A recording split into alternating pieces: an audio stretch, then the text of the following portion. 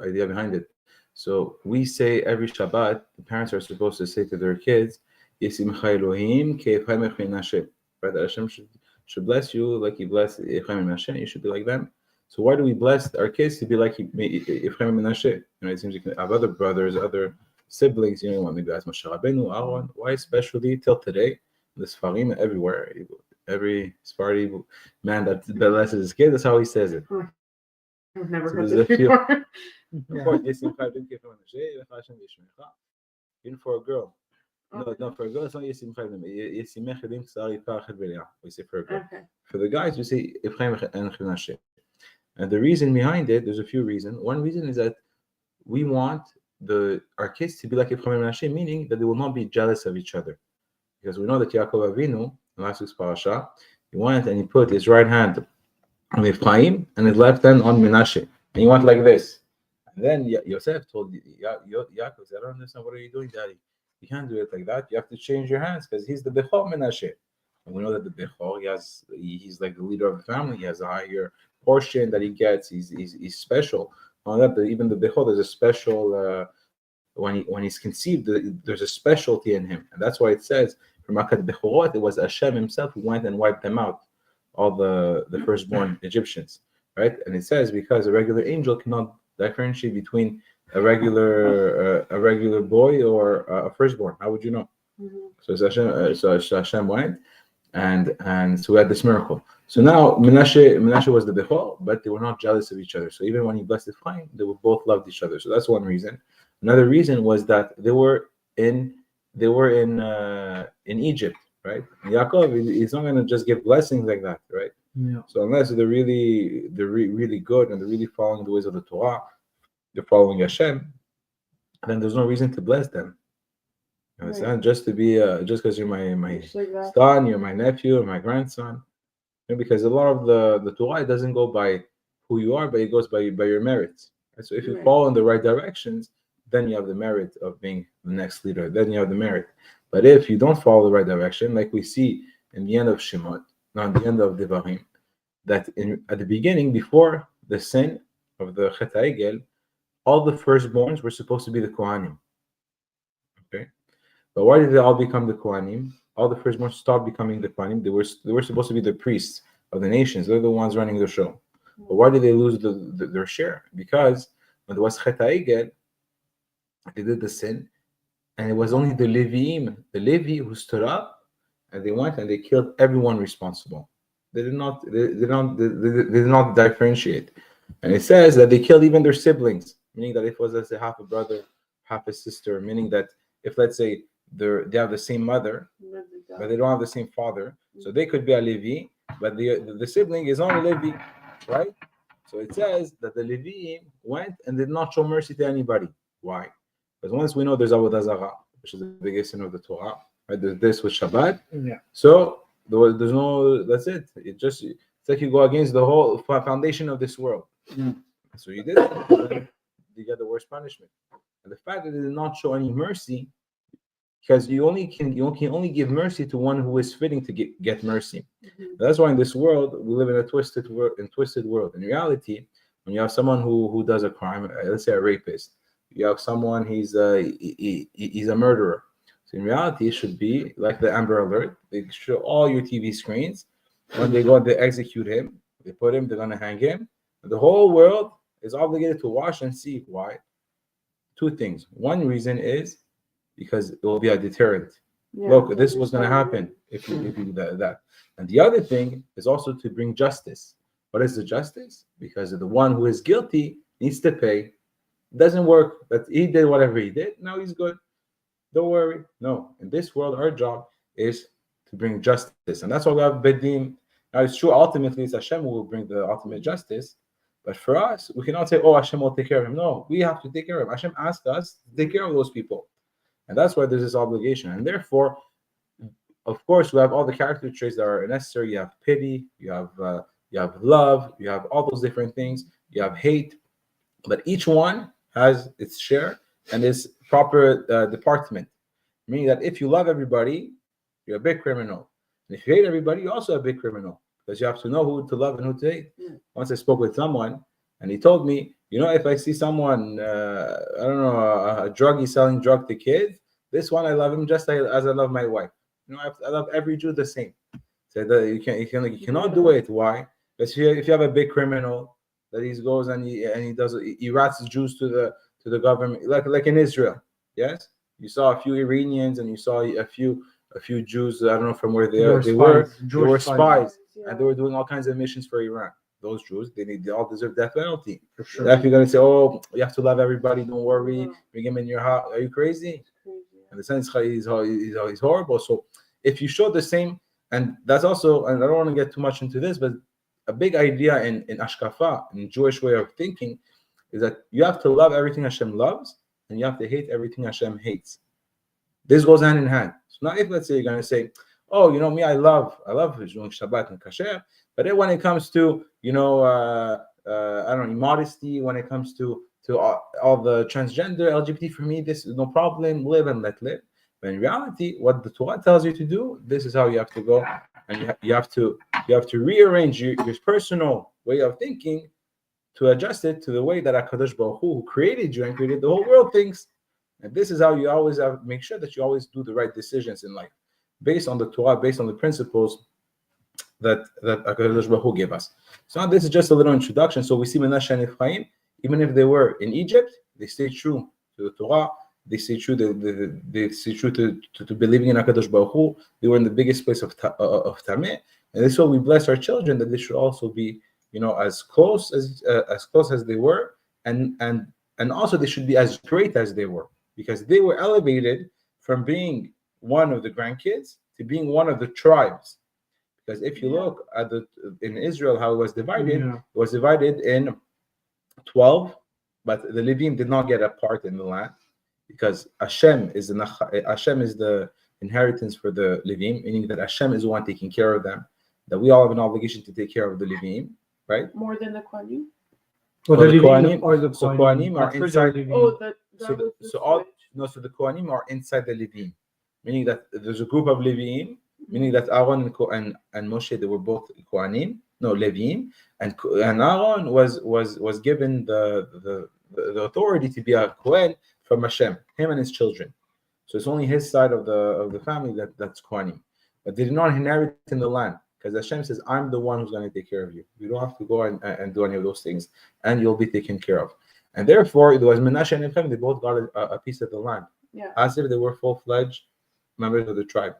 And that's also they share a piece. No, they each got a piece. Oh. So why did they each get a piece? It's also because Yosef was elevated from being one of the regular sons to being the Bechor. So he took the portion of Reuven to get 2 portions. So now all this brings us now to a very big moment in Jewish history. This is when the Jewish people, we entered Egypt. Now we're in Egypt, and business is booming. And Baruch Hashem, we're having a lot of children. Everything's going great. And now it says in the Pasuk, in Torah, that the Jews started going places. I want to visit. I want to tour. I want to go see. So they went everywhere in Egypt. And with time, Paro, he woke up. And it says that Paro did not recognize Yosef. Asher lo yada et Yosef. It was as if Yosef never existed. Why? But this is the next generation of the Paro, right? It's not like the Paro of the There's a machloket in this. Some opinions say that it was the same Paro, but some say it was not the same Paro. It was a new Paro, but he just said, "Great, that was then. Now it's now." Yeah. And that's why also it says in the Mishnah. That's it. And that's why it says in the Mishnah. It says a person has to be very careful with the government and politics, because when they need you, they'll come. They'll get you closer. But when you need them, they will not be there for you.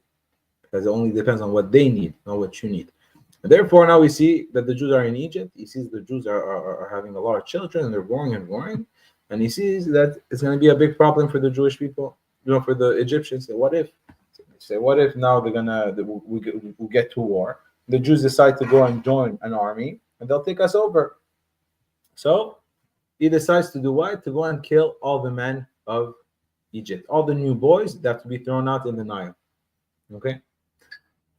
Now it's brought in the Midrash that Paro, they saw in with the astronomers, they saw that it would be someone that will come from the Jewish people to go against Paro and stand against him. And what's incredible is that this someone was Moshe, and Moshe actually lived in the palace of Paro. So the exact person that was that came to destroy Paro, he actually was actually Paro that had to take care of him. So it's interesting how you see that the end of Hakadosh Baruch Hu, how he set it up, that not only that you will suffer from him, but you will have to pay from your own money, from your own resources, because of all the sufferings that he did.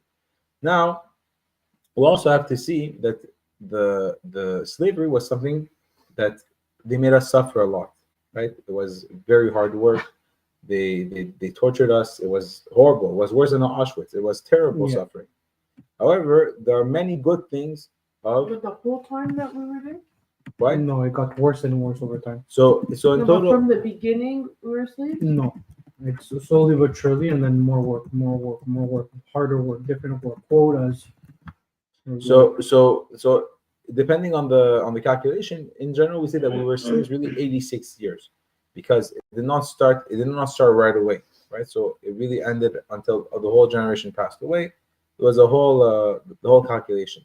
But we also have to understand that there's a lot of benefits of being slaves. It was very good to be slaves. Now, why did the Egyptians get punished? Was it only because they made us slaves? No. They got punished because they made us suffer unnecessarily. You have a worker. You can do the same work, do your job. No, I want you to suffer. I hate you. I beat you. I take your wife. I show you that you're garbage. All this, you're going to get punished. Now, if you have a regular worker, you tell them, go do this. I want you to take, 200 piles of hay. Each pile is like 50 kilos. Pick it up and bring it there. Go up all the way up the stairs, back and forth. You're allowed. You didn't do anything wrong. Yeah. So the problem was not. It's like hard work, but it's not suffering work. No, but because it was with cruelty. Yeah. It was with the cruelty. So the cruelty, that's why they got a very big punishment. Now the other thing that we see is that the Egyptians had a big lack of akarat hatov, of gratitude. Right? What Yosef did for them, they forgot. Yeah. And now they went after us. But now what was great about slavery? Slavery permits us to go and submit ourselves. So before we're able to submit ourselves to Hashem, right? Because when business is booming and we have money and everything is great, people don't think about Hashem. Mm-hmm. Why? Because everything's working out. Everything's good. So why do I need You you? don't need to file a It's only when I complaint. have a problem, exactly. Only when there's a problem that you ask for Hashem. And therefore, the first character trait of a Jew is to learn to submit himself. Submit himself to what? Eventually. So now there was submit himself physically, emotionally to what they have to do, but eventually to be servants of Hashem. And that's why it says in the first commandment of the 10 Commandments, Anuchi Hashem Elohecha, Asher hotzeticha me'eretz Mitzrayim mibet avadim. I am the Lord your God who took you out of the land of Egypt, of the land of Egypt. And then if you look in the Shema, what does it say? Ani Adonai Elohechem, Asher hotzeti etchem me'eretz Mitzrayim, liot lachem Elohim. I am the Lord your God who took you out of Egypt, in order to be your God. So why did we come out of Egypt? Like not to be a slave to the Egyptians, but not. I don't know if it's to say like to be a slave to God, but like to just to serve God To serve Hakadosh Baruch Hu. instead of Very serving good. the Egyptians. To serve Hakadosh Baruch Hu. So instead of serving the Egyptians, was to serve Hakadosh Baruch Hu. But the Egyptians were really just a way to prepare ourselves. So even in that So situation, kind of concept. exactly, because if let's say you're always the top, your boss always on top, you always get your way. How are you? That's why it says that the person who's Bal Gava, you cannot live with Hashem. Doesn't work. Yeah. The second doesn't go. It The doesn't world's go. not big enough. Yeah, exactly. Exactly. The world. It says like it says with I think it was Yerovam ben Navat, and they told him, don't worry, you can do teshuvah. And he said, it's gonna be me, David, and you. He said, who's gonna come first? David or no? He said, okay, if David goes first, I'm not interested. And then he had an opportunity, no, because the gava wasn't kills the person, and that's why a person always has to do an introspection. the way I talk, the way I speak, the way I look at people, the way I think I'm better. What do you think you're better? And you have to put yourself in constant reminder. In 1 second, look, there was houses. To pray for all the Jewish people in LA, but look, everyone, millions of dollars. You have huge houses, huge mortgages, the business is booming, everything's great. And in 1 second, all these superstars, everybody, nothing, nothing, the fires nothing, that no fires, no nothing. They have nothing, zero, Yeah. and they have a mortgage to pay, and there's no insurance to pay. Yeah. They're done. They're done. Yeah. No, but the insurance they left. Yeah, a lot of yeah, them- yeah. left. No, 2 they months left. before the fires, Yeah. they canceled all They the canceled so policies. many policies. So they left. So what do we see from there? Now let's say this. Now imagine now a person was there 5 months ago. So they say, oh, it's me. Look what I made. Look what I built. And just bought a In nice one house. second, everything's gone, wiped out.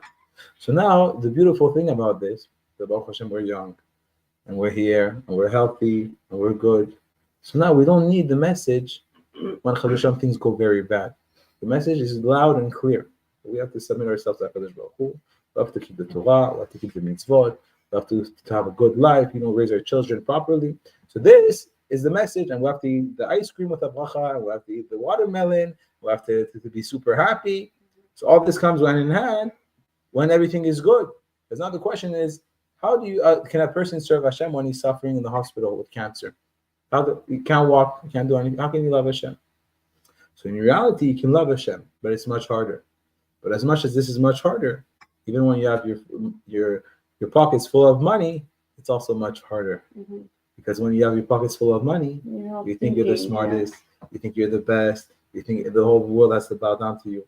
Now, fortunately, when people go to a certain level, well, actually, maybe fortunately, because when they're going to get a lot of backlash and they're going to lose everything that they had, then there'll be a chance for them to do tshuva. But why wait when it's horrible? Mm-hmm. When there's a cancer, when there's something, when someone's sick in the family, to take another thing of snew, to take another thing of Shabbat, to be more careful with those things. And something very important, and then we'll go back to the subject of slavery, was it says that when a person sees a sota b'kil kiluta, so the sota was a woman that her husband told her, he warned her in front of witnesses, said, you are forbidden to be secluded in a room with this man. It's like there's something fishy happening. He doesn't want anything to happen.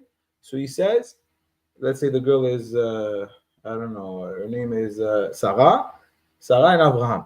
So she says, so he tells his wife, listen, Sarah, I forbid you to be in a room with Abraham ever.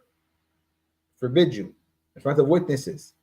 Now she's never allowed to be in a room with him, secluded. For whatever reason, maybe he thought about something, whatever he doesn't want. So she cannot be in a room with him.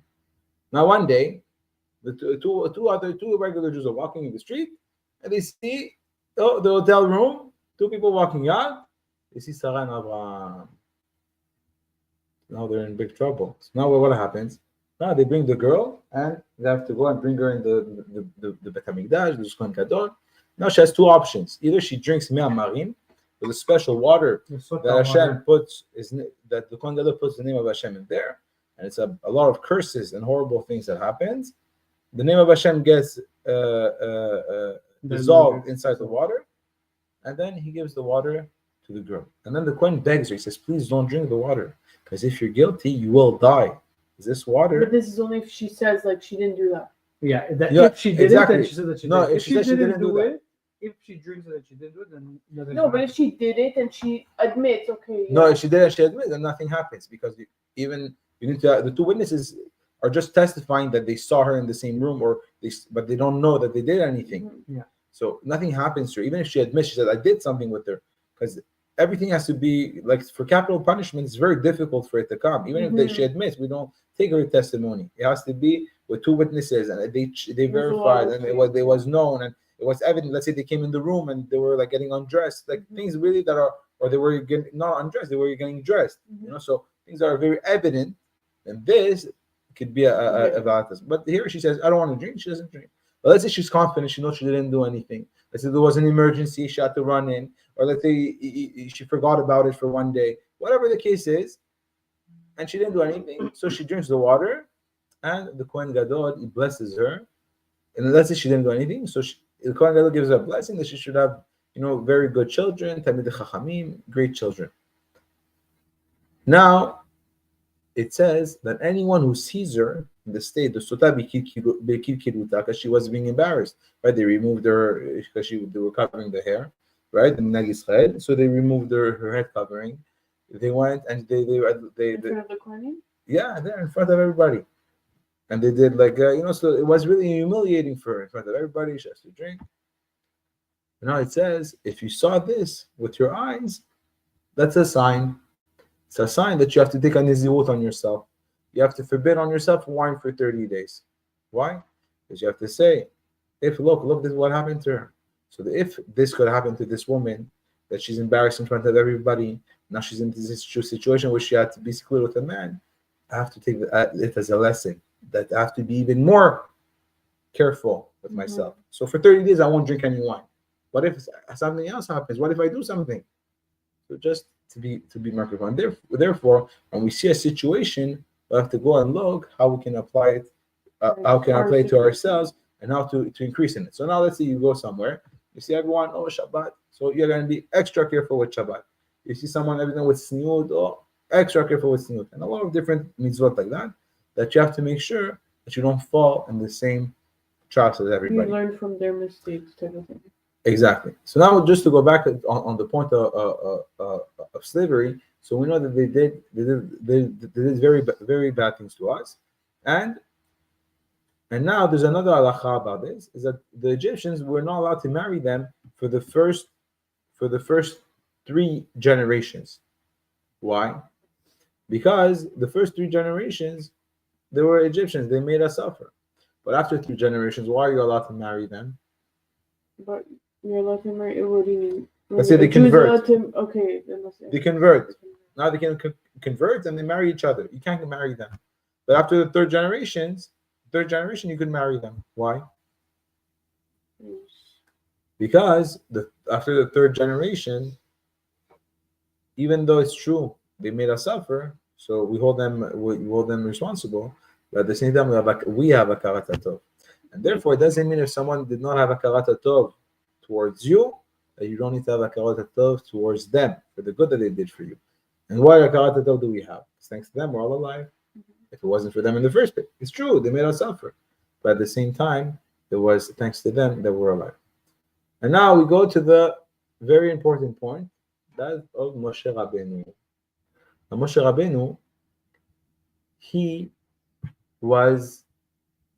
when he was born, he was supposed to be killed, right? So we know the story that his mother Yocheved did not know what to do with him. She put him inside the water. Miriam was watching him, and Bitya Bat Paro, the daughter of Paro, Batya, she went and she took him out of the water. It says, there's a chidush of Avi Mori v'Rabbi. Why Mishitiyu? Why did it say that you have to take him out of the water, right? Because the verb should have been Mashoy. Mashoy means that, because she called him Moshe, means my Mishitiyu. So Moshe is in the present, but Mashoy is in the past. So because I took him out. So really, there was really a little prophecy in it, that the same way that Moshe was only taken out, so that he himself can go and take out. It can be Moshiach, right? It can be Moshe, the Jewish people, and take them out from Egypt. And that was his goal. That was the goal of Moshe Rabbeinu. And we see that Moshe, for example, when he grew older, he went and he saw what was happening to his brothers. He saw the Egyptian hitting the Jew. It was hurting him very bad. And Moshe, it says that he went and he had leadership, and he went and he killed the Egyptian. And also another concept of Akarat Tov that we see. What miracle did he have? He had 2 miracles. One inside the water. Moshe had it inside the water, right? Because when he was inside the did not drown in the water. And the other miracle was with the dirt. What was the dirt? That when he killed the Egyptian, the dirt covered the body. Well, it's like as if he was sinking inside, and right away no one was able to see, and he was good. So now we know that when Moshe Rabbeinu did the 10 makot, right? the 10 makot, the first and the third makah, right? The first and third makot had to do with the ground. Moshe did not do them. The first one was Aaron, because it was in virtue of the water. And then the third one, Kinim, which was for the lice, that he did not, that Moshe Rabbeinu did not do them. Yeah. So a few things that we saw, so that we went through now in the parasha. So the first thing that we were talking about is the concept of slavery, meaning that HaKadosh Baruch Hu, he picked us from all the nations to be his servants, right? And the servant is very, very good. I'll give you an example. Now the vice president, right, Vance, he's the servant of Trump. Whatever Trump needs, anywhere in the world, he has to do it. And not only he has to do it, it's a privilege to do it. From everyone in the world, I was picked to be the servant of the president. So really, it's a huge honor. And the other thing is that HaKadosh Baruch Hu, he loves us.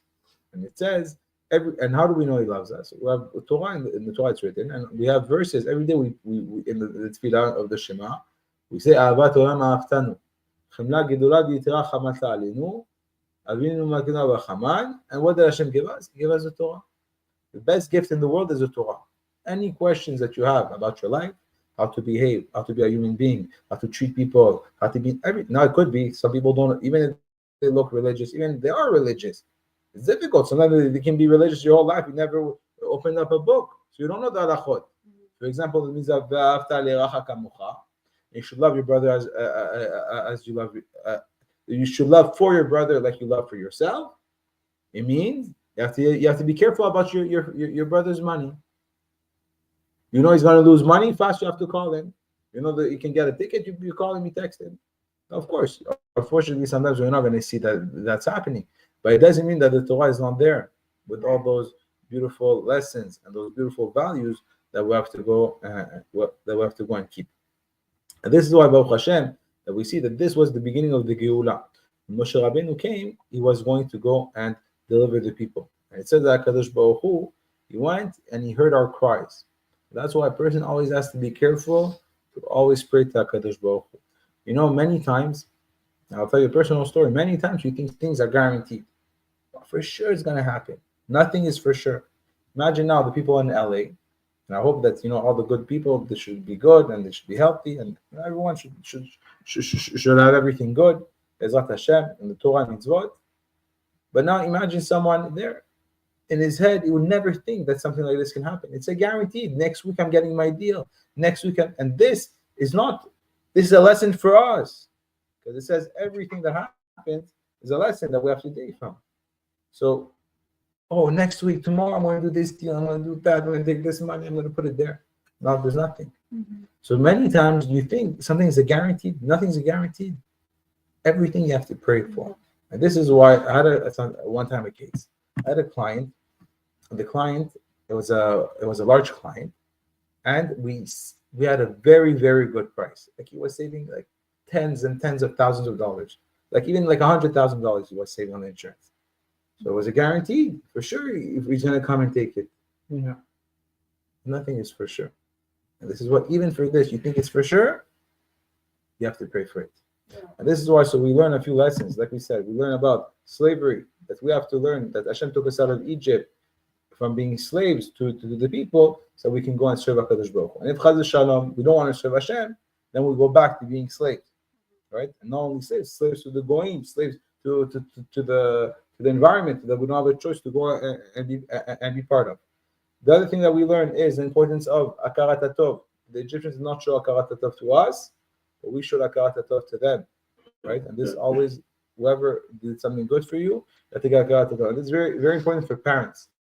Usually kids are very, very bad at giving Akarat HaTov to their parents. They think, you didn't buy me this, you didn't do that for me, you didn't do that. For my wedding, you only paid $10,000, not $20,000. What did you know, what kind of father are you? You're worse. So, of course, terrible thing, and huge avirot from the Torah.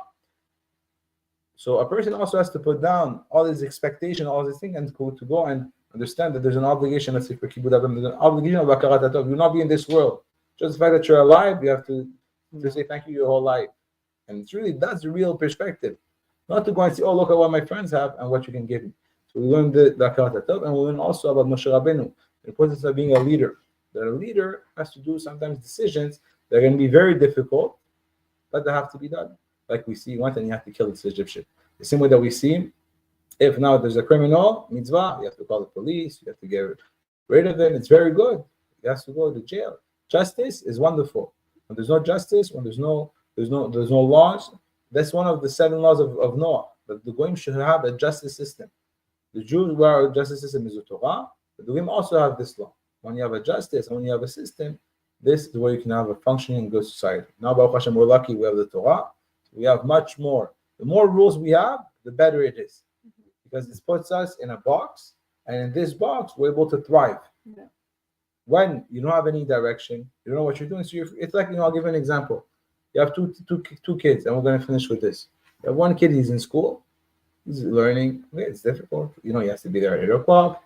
There's rules, there's homework, there's a test. You have another boy, he's a dropout. He's not in school, not doing anything. Now, this guy who's dropping out every day goes to Starbucks, goes to eat, he's enjoying. He goes to Miami on his credit card, because he doesn't make money, that's not working. Mm-hmm. He goes to Miami on his credit card, he's posting pictures. Oh, he goes to the beach. Oh, you're like, this guy, wow, look at me. I'm suffering now 12 hours a day, every day in school. And this guy, life is booming for him. Mm-hmm. So in reality, it's the exact opposite. Anyone that uses his brain will realize that the person who's in school and he's studying and he's learning and he has discipline, this one is doing much better than the one who's free and doing whatever he wants. Mm-hmm. And everyone wishes to be the guy who's going to be in school and have all this discipline and be good. Why? Because discipline, this is what brings you to be able to get married, to be able to eat properly, to do things properly, to follow the Torah properly, to be wonderful. And without discipline, you're nothing. And that's why a lot of great people, just the fact that they wake up late every day, it ruins their life. Yeah. You have an exam, you wake up at 12. Oh, next. You have to pray. So just to say that discipline and the Torah is the greatest gift, and that we were in Egypt was a preparation for us to be able to receive the Torah, that HaKadosh Baruch Hu showed us his love towards us. Because the miracles in Egypt were real miracles. Hashem really opened up the sea. Hashem really sent the frogs. In this case, there's no analogy. There's no any idea. This is really literally what happened, and this is how we have to be so thankful to HaKadosh Baruch Hu.